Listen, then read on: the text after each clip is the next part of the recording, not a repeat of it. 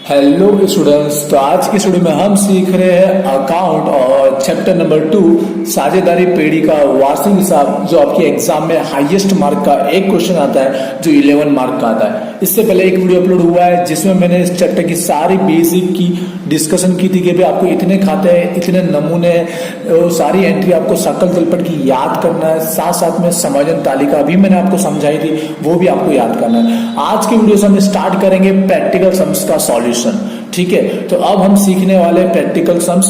तो मैं चाहूंगा प्लीज इससे पहले आपकी तैयारी अच्छे से होनी चाहिए। जितनी भी सकल तलपट की एंट्री है जो पांचों खाते में कहाँ पर आती है वो आपको पता होना चाहिए। साथ साथ में समायोजन की दो असर वो भी पता होना चाहिए, जिससे आप इजीली समझ पाए। लेकिन मैं ट्राई तो करूंगा कि आपको इसी में समझ में भी आ जाए। तो चलिए स्टार्ट करते हैं। वीडियो एंड पे जो दिखेगा और मुझे कमेंट करके जरूर बताना कि भाई आपको समझ में आया या नहीं आया। कोई क्वेरी है तो वो भी मुझे लिख के बताइएगा और वीडियो को लाइक जरूर कर दीजिएगा, जिससे और सम्स बनाने में मुझे मोटिवेशन मिल सके। तो चलिए स्टार्ट करते हैं। मैं स्टार्टिंग का क्वेश्चन नंबर 8 सॉल्व करवाने वाला हूं। आप देख रहे हो कि हमारा क्वेश्चन नंबर 8 है, स्टार्टिंग का चैप्टर नंबर 2 का। यहाँ पर तो देखो आपको सॉल्यूशन स्टार्ट कैसे करना है। तो सबसे पहले हमारा काम होता है कि जो भी सम्स दिया गया है उसके अंदर आप पहले समायोजन रीड करेंगे। समायोजन रीड करने का मतलब क्या है कि समायोजन का मतलब होता है इसकी दो असर होती है। इसलिए समायोजन को पढ़ के सकल तलपट में जो एंट्री पर उसकी असर होगी, जिन जिन खातों पर उसकी असर होगी उस पर टिक कर लीजिए। क्यों? उनकी रकम हम लोग क्या करेंगे, खाते के अंदर लिखेंगे, रकम वाले पक्ष में नहीं लिखेंगे, इसके लिए। ठीक है, ऑलरेडी मैंने खाते बना के रखे हुए हैं। मैं पहले बता दूं, इस सम्स के अंदर ऑलरेडी आपको व्यापार खाते का आंसर दिया हुआ है और व्यापार खाते का आंसर दिया हुआ है और दूसरी कोई असर भी नहीं है व्यापार खाते में होने वाली। इसलिए इस सवाल में व्यापार खाता नहीं बनाया गया है, सुधारा हुआ व्यापार खाता भी नहीं बनेगा।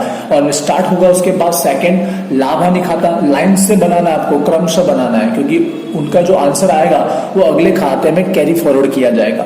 तो लाभ हानि खाता, उसके बाद साइडर का पूंजी खाता सेकंड, फिर थर्ड आएगा लाभ हानि वितरण खाता और फोर्थ एंड फाइनल यहाँ पे आएगा पक्की तलपट। आई होप आप समझ गए। पूरे पेज का आपको बनाना है अच्छे से। तो यहाँ पर व्यापार खाता नहीं बना है क्योंकि यहाँ पर डायरेक्ट उसका आंसर दिया हुआ है और कोई दूसरी असर भी नहीं हो रही है, इसलिए सुधारा हुआ व्यापार खाता भी नहीं बनाया गया। तो अब स्टार्ट करते हैं। तो सबसे पहले आपको करना क्या है, तो समायोजन रीड कर लीजिए और यहाँ पर टिक कर लीजिए। तो देखिए मैं रीड कर लेता हूँ। मशीनरी और फर्नीचर फिक्चर पर क्या घिसाई है, तो यहाँ पर संपत्ति में मशीनरी पर आपको टिक कर लेना है, साथ में फर्नीचर फिक्चर पर टिक कर लेना है, जिससे उनकी रकम क्या होगी, अंदर लिखी जाएगी। उसके बाद दिया देनदार का टॉपिक दिया, तो देनदार पे भी आपको टिक कर लेना है। देनदार पर टिक करने के साथ साथ आप डूबा दिन पर भी समझ जाइएगा, क्योंकि ये डूबा दिन पर सेकंड एंट्री इसकी होती है। उसके बाद ब्रह्मा विष्णु का क्या दिया है, वेतन दिया। तो मैं बता देना चाहता हूँ इनकी डायरेक्ट एंट्री हो जाती है पूंजी खाते में और लाभ हानि वितरण में, इसके लिए यहाँ पर टिक करने की जरूरत नहीं पड़ेगी। उसके बाद चौथा है समायोजन कमीशन का, तो यहाँ जमा से लिख लीजिए कमीशन, उस पर टिक कर लीजिए क्योंकि मिलना शेष है इसलिए जमा बाकी होगा। अदत्त वेतन, चुकाना शेष वेतन, तो यहाँ पर वेतन पर टिक कर लीजिए। तो मैंने समायोजन की सारी एंट्री पर टिक कर लिया है। अब हम लोग क्या करेंगे, इनकी एंट्री अंदर लिखेंगे और बाकी सबकी आउटसाइड लिखेंगे। तो चलिए स्टार्ट करते हैं एंट्री करना। आई होप आज का वीडियो आपके लिए बहुत यूजफुल होगा, एंड तो जरूर देखिएगा। स्टार्ट करते हैं। सबसे पहले आहरण, ब्रह्मा विष्णु का क्या दिया, आहरण 5000। तो आहरण की एंट्री आपको कहाँ करनी है, पूंजी खाते में करनी है। आहरण कहाँ आएगा, उधार साइड। ये सारी चीज आपको नमूने से पता होनी चाहिए। ब्रह्मा के खाने में 5000 और विष्णु के खाने में 5000। मैं एंट्रिया करते जाऊंगा, अब समझते जाइएगा। आगे लिखा है भाड़ा पट्टा का मकान। मकान क्या होती है, हमारी संपत्ति। बट मैं कहना चाहूंगा अंदर तारीख दी गई है, मतलब ये आंतरिक समायोजन है, ये भी एक समायोजन ही है। कितनी रकम दी है, 60,000, जिसे हम लास्ट में सॉल्व करेंगे। कहाँ लिखना है आपको, संपत्ति पक्ष में लिखा है भाड़ा पट्टा मकान, भाड़ा पट्टे का मकान। इसकी रकम आप कहाँ लिखेंगे, अंदर लिखेंगे 60,000। समायोजन है इसके लिए, इसको बाद में सॉल्व करेंगे, बट एंट्री लिख लीजिएगा और उसके नीचे 2 से 3 लाइन का गैप रखिएगा सेकंड एंट्री करने से पहले।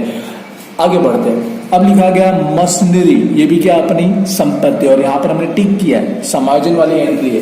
तो मशीनरी, इसके नीचे 2-3 लाइन का गैप रखिएगा क्योंकि वहां पर अभी एंट्री आना बाकी है। मशीनरी ये भी हमारी क्या होती है, संपत्ति। तो पक्की तलपट में संपत्ति में मशीनरी का 50,000, ये भी अंदर लिखा क्योंकि इस पर क्या था, समायोजन था। आगे बढ़ते हैं, मैं एंट्री करते रहूंगा और समझते रहिएगा। दिया बटा कहाँ आएगा, लाभ हानि में। उधार जवाब मत सोचिए क्योंकि यहाँ पे क्या लिखा, उधार बाकी लिखा, मतलब ये सारे उधार में आएगा, बस कौन से खाते में आएगा वो समझिए। तो दिया बटा कहाँ आएगा, लाभ हानि में। दिया बटा लाभ हानि में आएगा। ऊपर की 2 लाइन छोड़ दीजिएगा, जिससे क्या वहां पर हम लोग जो भी लाभ आता है प्रीवियस जो पिछले खाते का वो हम लोग लिखते हैं यहाँ पर 350। उसके बाद देनदार, देनदार क्या होती है अपनी संपत्ति, देनदार पर समायोजन है तो आपको अंदर लिखना रहेगा देनदार संपत्ति, रकम दी थी 40,000। रकम भी ध्यान से लिखिएगा, कहीं पे भी कोई मिस्टेक नहीं होनी चाहिए। जावक माल गाड़ी भाड़ा 1200 कहाँ आएगा, लाभ हानि में, जावक माल गाड़ी भाड़ा लाभ हानि में। अब हमें पता है यहाँ समायोजन नहीं है तो आप क्रमशः लिख सकते हो जावक माल गाड़ी भाड़ा जिसका रकम दिया था 1200। उसके आगे अब दिया है फर्नीचर, फर्नीचर कितना है 5000। फर्नीचर भी क्या होती है अपनी संपत्ति, फर्नीचर संपत्ति जिसकी रकम दी गई थी 5000, अंदर लिखा है क्योंकि इस पर क्या था समायोजन। उसके बाद है वेतन, कितना है 7500। वेतन क्या है अपना लाभ हानि का खर्चा, लाभ हानि में लिखना है। उधार जमा समझ गए होंगे क्योंकि सारी उधार बाकी है इसके लिए समायोजन है, अंदर लिखा है। उसके बाद क्या है डूबत ऋण 1200 रुपया, और डूबत ऋण का पूरा फॉर्मेट होता है। यहाँ में फॉर्मेट नहीं बनाया है क्योंकि यहाँ पर एक ही एंट्री इसलिए, बट आप फॉर्मेट बना सकते हो पूरे का पूरा जो आपको नमूने में दिया गया है। इसकी एंट्री अंदर लिखिए क्योंकि इस पर समायोजन है इसके लिए। उसके बाद देखिए लेनी हुंडी 20,000। लेनी हुंडी क्या होती है संपत्ति होती है। अब इतना आपको पता होना ही चाहिए कि कौन सी एंट्री कहाँ आएगी। 11वीं में भी आपने स्टडी की है और यहाँ पे भी नमूना दिया तो आपने पढ़ा ही होगा। लेनी हुंडी की एंट्री है 20,000। उसके बाद देखिए व्यापार खर्च लिखा, क्या लिखा व्यापार खर्च। ये बता दूं लाभ आने का खर्चा व्यापार का खर्चा नहीं है, ठीक है। 5,900 लाभ आने का खर्चा माना जाता है व्यापार खर्च, व्यापार खर्च लाभ आने का खर्चा है 5,900। उसके बाद क्या लिखा गया है रोकड़ शेष, यही क्या होती है अपनी संपत्ति 6,000। रोकड़ शेष, बैंक शेष, आप जानते हैं ये सब अपनी क्या होती है संपत्ति। आपको ऐसा पता होना चाहिए, बेसिक आपको क्लियर होना ही चाहिए। उसके बाद है स्टॉक, प्लीज ध्यान से समझिएगा। स्टॉक में तारीख है 31 31/3 लिखा है, मतलब ये अंतिम स्टॉक है। लेकिन अगर 1/4 लिखा हो तो प्रारंभिक स्टॉक, प्रारंभिक स्टॉक व्यापार खाते में आता है और अंतिम स्टॉक संपत्ति में आता है। सकल तलपट में हो तो एक ही असर है, ठीक है। तो कहाँ आएगा ये संपत्ति में आएगा अंतिम स्टॉक। 31/3 लिखा है इसके लिए ध्यान से समझिएगा, जो 73,000 दिया। अब उधार साइड की सारी एंट्री हम लोग कर चुके। अब आते हैं जमा साइड। तो देखिए क्या लिखा, पहला पूंजी, ब्रह्मा विष्णु की पूंजी दी है 55,000 65,000। तो ये कहाँ जाएगा पूंजी खाते में जाएगा। सबसे पहली एंट्री होती है पूंजी खाते में। पूंजी नाम नहीं लिखते, क्या लिखेंगे हम शेष आगे लाए। ब्रह्मा विष्णु के खाते में उनकी जो पूंजी दी है 55,000 और 45,000। आई होप आपको समझ में आ रहा होगा। आप साथ साथ में समझिए, उसके बाद सवाल कीजिएगा प्रैक्टिस। ब्रह्मा की लोन दिए और तारीख के साथ दिए, मतलब ये आंतरिक समायोजन है क्योंकि इस पर ब्याज होगा। कितना रुपया दिया 50,000। आपको तारीख से भी समझ जाना चाहिए। ये हमारा क्या होता है दायित्व होता है। तो ये कहाँ पे आएगा पक्की तलपट में आएगा ब्रह्मा की लोन, और ये तारीख है इसके लिए मैं से अंदर लिख रहा हूँ रकम 50,000 एक 7 तारीख दी गई है। इस पर ब्याज आएगा जो हम बाद में सॉल्व करेंगे। उसके बाद रकम किसकी है प्राप्त बटा 400। प्राप्त बटा कहाँ आएगा लाभ हानि में। अब पता ही जमा साइड आएगा क्योंकि सब जमा बाकी है, वरना तो हमें पता होना चाहिए भाई ये लाभ होता है।